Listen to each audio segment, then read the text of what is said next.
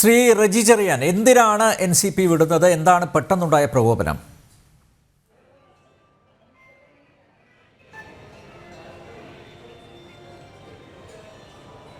പെട്ടെന്നുണ്ടായ പ്രകോപനമല്ല ഇത്. ഞങ്ങൾ തിരഞ്ഞെടുപ്പിന് മുമ്പ് ഞാൻ NCP എന്ന പ്രസ്ഥാനത്ത് വന്നിട്ട് 2.5-3 വർഷമാകുന്നു. ആലപ്പുഴ ജില്ലയിൽ NCPക്ക് ഒരു MLA ഉള്ള മണ്ഡലമാണ് കുട്ടനാട്. അപ്പം ഈ MLA പാർട്ടി പ്രവർത്തകരെ എല്ലാവരെയും മാറ്റി നിർത്തി ഈ സംസ്ഥാന കമ്മിറ്റിക്കെതിരെയും പാർട്ടിക്കെതിരെയും പല രീതിയിലുള്ള പ്രകോപനങ്ങളും പാർട്ടി വിരുദ്ധ പ്രവർത്തനങ്ങളും നടത്തിയിട്ടും MLAക്കെതിരെ നടപടിയില്ല. എന്നാൽ പാർട്ടിയിലെ ഒരാൾ ഒരു പ്രശ്നമുണ്ടാക്കിയാൽ ആ വ്യക്തിക്കെതിരെ നടപടിയെടുക്കുക, ആ വ്യക്തിയെ പാർട്ടിയിൽ നിന്ന് സസ്പെൻഡ് ചെയ്യുക, ഇങ്ങനെയുള്ള നടപടികളാണ് NCP എന്ന പ്രസ്ഥാനം നടന്നുകൊണ്ടിരിക്കുന്നത്. ഇവിടെ സംഘടനയിൽ ആരോട് എന്തു പറഞ്ഞാലും അവർക്ക് സംഘടനയിലെ പ്രശ്നം തീർക്കണമെന്നോ പാർട്ടിയിൽ നിൽക്കുന്നവരെ പിടിച്ചു നിർത്തണമെന്നോ ഇല്ല. കാലാകാലങ്ങളായിട്ട് അവർ ചെയ്യുന്നത് പാർട്ടിയിൽ വരുന്നവരെ സ്വീകരിക്കുകയില്ല, എന്നാൽ എത്ര പേര് പോകുന്നോ എന്ന് മാത്രം നോക്കി നിൽക്കുന്ന ഒരു രീതിയാണ് കഴിഞ്ഞ കാലങ്ങളിൽ ഞങ്ങൾ കണ്ടുകൊണ്ടിരിക്കുന്നത്. കാരണം ഇപ്പോൾ ആലപ്പുഴ ജില്ലയിൽ തന്നെയുള്ള കാലാകാലങ്ങളായി NCPയിൽ പ്രവർത്തിക്കുന്ന പ്രവർത്തകരുണ്ട്. അതിൽ വളരെ കഷ്ടത അനുഭവിക്കുന്ന കുടുംബങ്ങളുണ്ട്.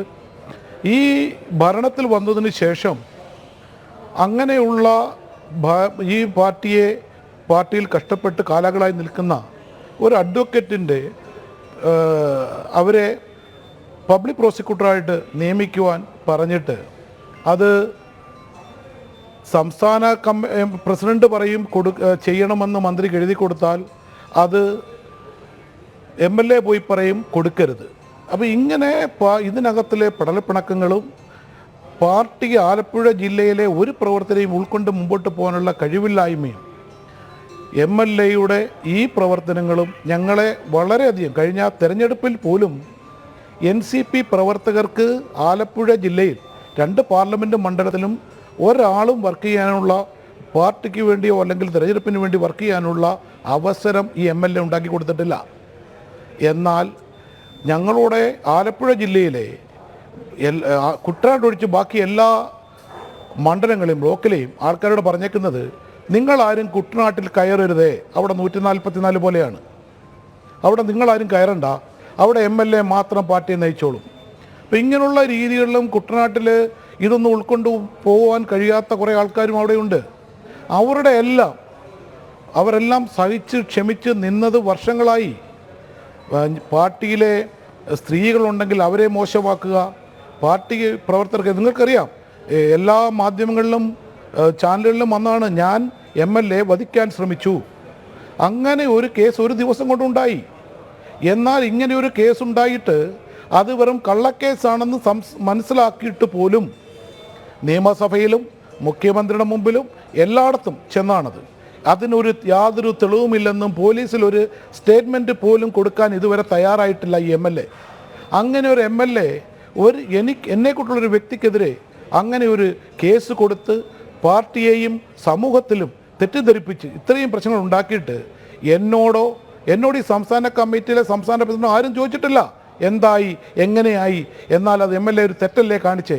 ഇതൊന്നും അവർക്കതൊന്നും ഇതല്ല. Shri Reji, MLA Thomas K Thomas, അദ്ദേഹം പാർട്ടി സംസ്ഥാന പ്രസിഡന്റ് PC ചാക്കോയെയും അതുപോലെ മന്ത്രി AK ശശീന്ദ്രനെയും ചീത്ത വിളിച്ച് നടക്കുകയാണല്ലോ. അദ്ദേഹം എപ്പോഴും ഇവർക്കെതിരെയാണല്ലോ വിമർശനങ്ങൾ ഉന്നയിക്കുന്നത്. അപ്പോൾ എനിക്ക് ഇതിൻ്റെ ഒരു കെമിസ്ട്രി എന്താണെന്ന് മനസ്സിലാവുന്നില്ല.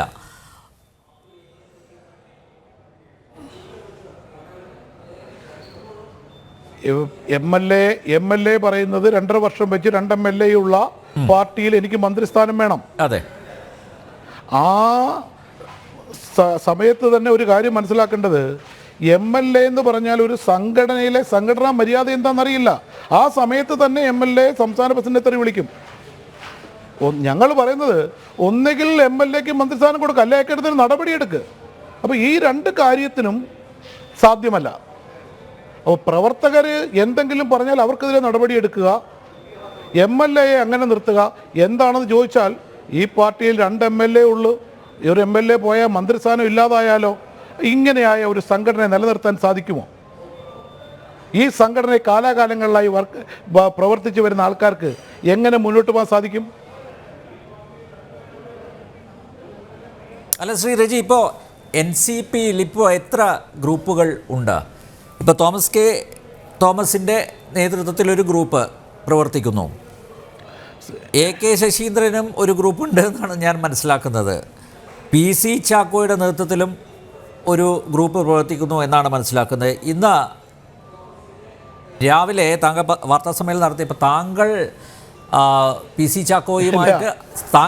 ചാക്കോയുമായി അടുത്ത ബന്ധം പുലർത്തുന്ന അദ്ദേഹത്തിൻ്റെ അടുപ്പക്കാരിൽ ഒരാളാണ് എന്നുകൂടി അറിയുന്നു. അപ്പോൾ ശ്രീ റെജി ചെറിയാൻ്റെ നേതൃത്വത്തിൽ ഒരു വിഭാഗം NCP വിടാൻ തീരുമാനിച്ചു. നോക്കൂ, അവിടെ അതിൻ്റെ സൂചനകൾ ഇദ്ദേഹവും നമ്മുടെ സംസ്ഥാന അധ്യക്ഷനും നിങ്ങളോടൊപ്പം പുറത്തേക്ക് പോകും എന്നാണോ മനസ്സിലാക്കേണ്ടത്?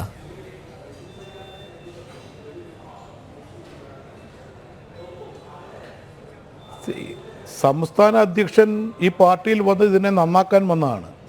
പക്ഷേ ഈ പാർട്ടിയിലെ ആൾക്കാർക്ക് ഇത് നന്നാക്കണമെന്ന് യാതൊരു ആഗ്രഹവുമില്ല. കാരണം കാലാകാലങ്ങളായിട്ട് 3 അസംബ്ലി മണ്ഡലം കിട്ടും, അതിലൊന്ന് തോക്കും, 2 എണ്ണം കാലാകാലങ്ങളായിട്ട് ജയിക്കും. അതിൻ്റെ കെയർ ഓഫിൽ കിട്ടുന്ന ആനുകൂല്യങ്ങൾ കൂടുതൽ ആൾക്കാർ ഈ പാർട്ടിയിലുണ്ടെങ്കിൽ അത് വീതിച്ചെടുക്കാൻ പ്രയാസമുള്ളതുകൊണ്ട് ഇവർക്ക് കുറച്ച് പേര് മാത്രം മതി. കാരണം ഈ പാർട്ടിയുടെ കഴിവുകൊണ്ടൊന്നും ജയിക്കുന്ന ഒരു നിയോജകമണ്ഡലം ഇല്ല. അപ്പോൾ അങ്ങനെ ഇതിനകത്തിൽ വന്ന് പെട്ടുപോയ ഒരാളാണ് സംസ്ഥാന പ്രസിഡന്റ് എന്ന് ഞാൻ പറയത്തുള്ളൂ. കാരണം പുള്ളി ഒരു ഗ്രൂപ്പിനെയും സ്ഥിരമായിട്ടില്ല. പുള്ളിയെടുക്കെ ആര് വന്ന് പറയുന്ന പുള്ളി അന്നേരം അത് കേൾക്കുന്നു എന്നുള്ളതല്ലാതെ ഇവിടെ യഥാർത്ഥ ഗ്രൂപ്പ് ശശീന്ദ്രനും തോമസ് കെ തോമസും ആണ്. കാരണം തോമസ് കെ തോമസിൻ്റെ കൂടെ ആരുമില്ലെങ്കിലും തോമസ് കെ തോമസ് ഒരു MLA ആയതുകൊണ്ട് എന്തുമാവാം. അപ്പം ശശീന്ദ്രനെ സംബന്ധിച്ചോളം ശശീന്ദ്രൻ 5 വർഷം മന്ത്രിസ്ഥാനത്തിൽ ഇരുന്നേ പറ്റൂ. കാരണം എൻ്റെ പാർട്ടിക്കാർ ശശീന്ദ്രനോട് പരാതി പറയാൻ ചെന്നു ആലപ്പുഴ ജില്ലയിലെ പ്രശ്നങ്ങളെ പറ്റി. അപ്പോൾ ശശീന്ദ്രൻ പറഞ്ഞു, മന്ത്രിസ്ഥാനം എന്ന് പറയുന്നത് ഒരു അലങ്കാരമാണ് പ്രവർത്തകരെ, ഞാൻ ഇതും കൊണ്ട് ഇവിടെ ഇരുന്നോട്ടെ, ഇതുകൊണ്ട് വേറൊന്നും ചെയ്യാനുള്ളതല്ല, ഞാനൊരു അലങ്കാരമായിട്ട് ഇതിനെ കണ്ടുകൊണ്ട് ഇവിടെ ഇരിക്കുക. ഒന്ന് ആലോചിച്ച് നോക്കിയേ, കാലാകാലങ്ങളായിട്ട് ഒരാൾ മന്ത്രിയായിട്ടിരിക്കുമ്പോൾ ഇങ്ങനെയാണോ പറയണ്ടേ ചെല്ലുന്ന പ്രവർത്തകരോട്? അപ്പോൾ ഇതിനകത്തിലെ ഗ്രൂപ്പ് എന്ന് പറഞ്ഞാൽ ശക്തമായ ഗ്രൂപ്പ് അവരുടെയാണ്. അവർക്ക് ഏതെങ്കിലും രീതിയിൽ PC ചാക്കോയും കൂടി ഇതിനകത്ത് പോയി കഴിഞ്ഞാൽ വലിയ സന്തോഷമാണ്. അവർക്ക് നാളെ കാലങ്ങളിൽ ഇതിനെക്കാട്ടിൽ വൃത്തിയായിട്ട് ഈ പറഞ്ഞ കൂട്ട് പഴയ കാലത്ത് എങ്ങനെയായിരുന്നു അങ്ങനെ കൊണ്ടുപോകാൻ സാധിക്കും. ഒരു MLA എന്തെങ്കിലും മിണ്ടാൽ ഉടനെ പറയുന്നത് എന്താ, ഇത് എൻ്റെ പാർട്ടിയാണ്, എൻ്റെ സഹോദരൻ ഉണ്ടാക്കിയ പാർട്ടിയാണ്. ഒന്ന് ആലോചിച്ച് നോക്കി, കേരളത്തിൽ ഉടനീളം 3 അസംബ്ലി മണ്ഡലത്തിൽ മത്സരിക്കുന്ന 2 MLA-മാരുള്ള ഒരു പാർട്ടിയിൽ ഒരു MLA പറയുന്നു ഈ പാർട്ടി എൻ്റെ കുടുംബസ്വത്താണെന്ന്. ഇതിന് പോലും നടപടിയില്ല. വാടാ പോടാന്ന് സംസ്ഥാന പ്രസിഡന്റിനെ വിളിച്ചാൽ അതിന് നടപടിയില്ല. പാർട്ടിക്കെതിരെ പ്രവർത്തിച്ചാൽ നടപടിയില്ല. കാരണം ആലപ്പുഴ ജില്ലയിൽ എന്തെല്ലാം പ്രശ്നം ഉണ്ടാക്കിയാലും അതിന് MLA-ക്ക് ഒരു കുഴപ്പമില്ല. പാർട്ടിയെപ്പറ്റി ആരെങ്കിലും കുറ്റം പറഞ്ഞാൽ അവർ പുറത്താവും. ഈ രീതി കൊണ്ടുപോകുന്ന ഒരു സംഘടനയിൽ എങ്ങനെ നിൽക്കാൻ പറ്റും? അപ്പം ആലപ്പുഴ ജില്ലയിൽ നിന്ന് മാത്രമല്ല, കേരളത്തിലെ എല്ലാ ജില്ലകളിൽ നിന്നും ഞങ്ങളെ ബന്ധപ്പെട്ട് ആൾക്കാർ ഒന്നടങ്കം നിൽപ്പുണ്ട്.